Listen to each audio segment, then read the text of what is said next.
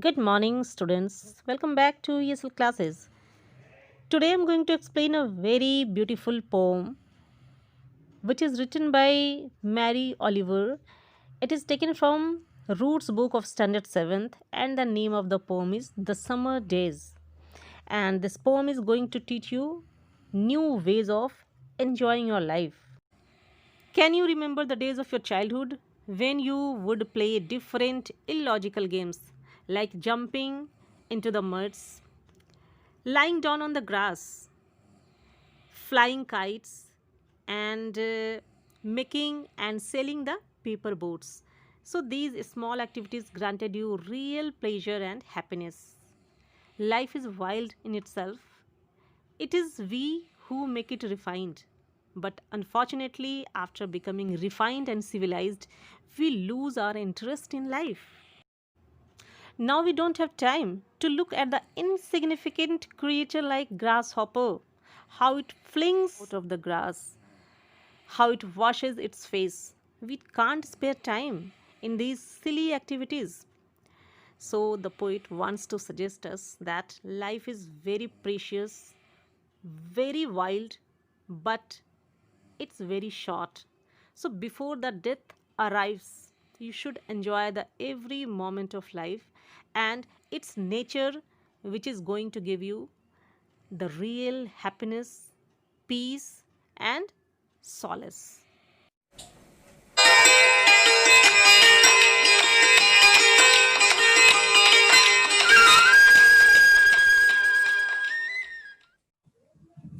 So let's begin the poem. Who made the world? Who made the swan and the black bear? Who made the grasshopper? The poem begins with three rhetoric questions. What are rhetoric questions? I have made a particular video on this particular topic. You can watch it. A rhetoric question is such type of question which is asked to convince a person and not to get an answer. Simply, if I ask you, how can you do such silly things? That simply means that you are going wrong. In the same way, the poet has asked three rhetoric questions to convince the reader that it is God only who has made everything beautiful thing like swan and the ugly thing like black bear. And he has made grasshopper also, just like you, me, he, she. He has made grasshopper also. This grasshopper, I mean, the one who has flung herself out of the grass, the one who is eating sugar out of my hand, who is moving her jaws back and forth instead of up and down, who is gazing around with her enormous and complicated eyes. Now she lifts her pale forearms and thoroughly washes her face. Now she snaps her wings open and floats away. So, in the middle of the poem, poet has depicted the beautiful actions of grasshopper. Normally, we don't observe them, how it flings herself out of the grass, how it jumps out of the grass, how it eats sugar, and instead of moving its jaws up and down like human being, it moves its jaws back and forth. Okay, and it has complicated eyes. Okay, and he watches and gazes everything with his complicated eyes, and it washes its face with the help of its forearms. So in this way, the poet has depicted the beautiful actions which we consider to be very insignificant. We don't have time to watch all these activities. Okay, but the poet has very beautifully explained it. The simple actions performed by grasshopper. I don't know exactly what a prayer is. I do know how to pay attention, how to fall down into the grass, how to kneel down in the grass, how to be idle and blessed, how to stroll through the field. So now the poet comes to the point, and he wants to suggest the reader that what is prayer? We often sit in the secluded corner of our house or in a secluded corner of temple to worship God. But It cannot provide you real pleasure. Prayer is highly abstract thing. On the contrary, the nature is concrete. It can be seen. It can be appreciated. So the poet is of the view that we should not waste most of our time on prayer. Instead, we should come out of the temple and we should enjoy the beautiful nature created by God. It is also a type of prayer. We should pay attention to the insignificant thing of nature, because even the little impulse of nature teaches you many things.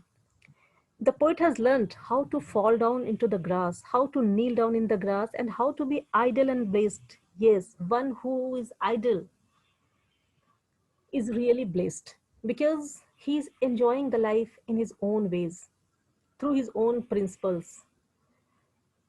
Prayer, what is prayer? It is imposed on us. So we should be free. We should have our own ways of enjoying the life. Okay? We should not be civilized at the cost of our pleasure, which is what I have been doing all day. Now the poet says these things I have been doing all the day, and I think myself to be the blessed person. I'm quite blessed because I'm with the nature.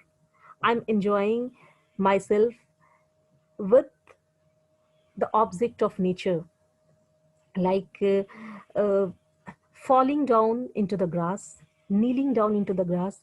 It is offering him the supreme pleasure, which the money and the prayer cannot offer us. So, which is what I have been doing all day. Tell me, what else should I have done?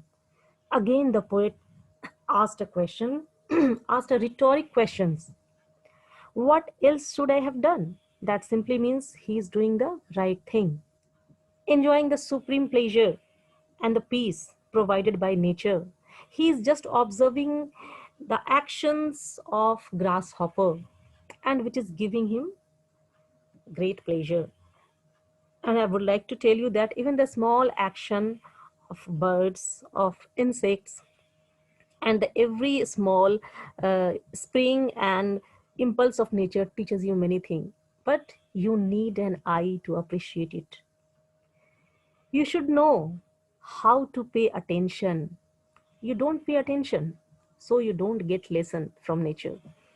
So doesn't everything die at last and too soon? Again, the poet put a rhetoric question that everything will die at last.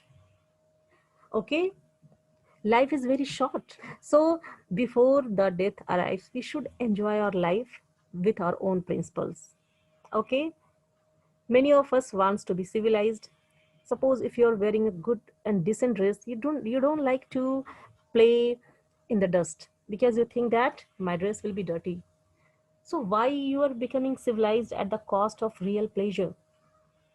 Come in the lap of nature and enjoy the supreme bliss.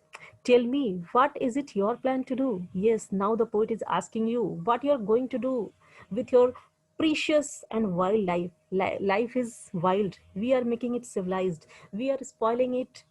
We are losing the interest in life by becoming civilized. So now the poet is giving an indication that you should also come in the lap of nature and enjoy your life, because life is very precious but very short.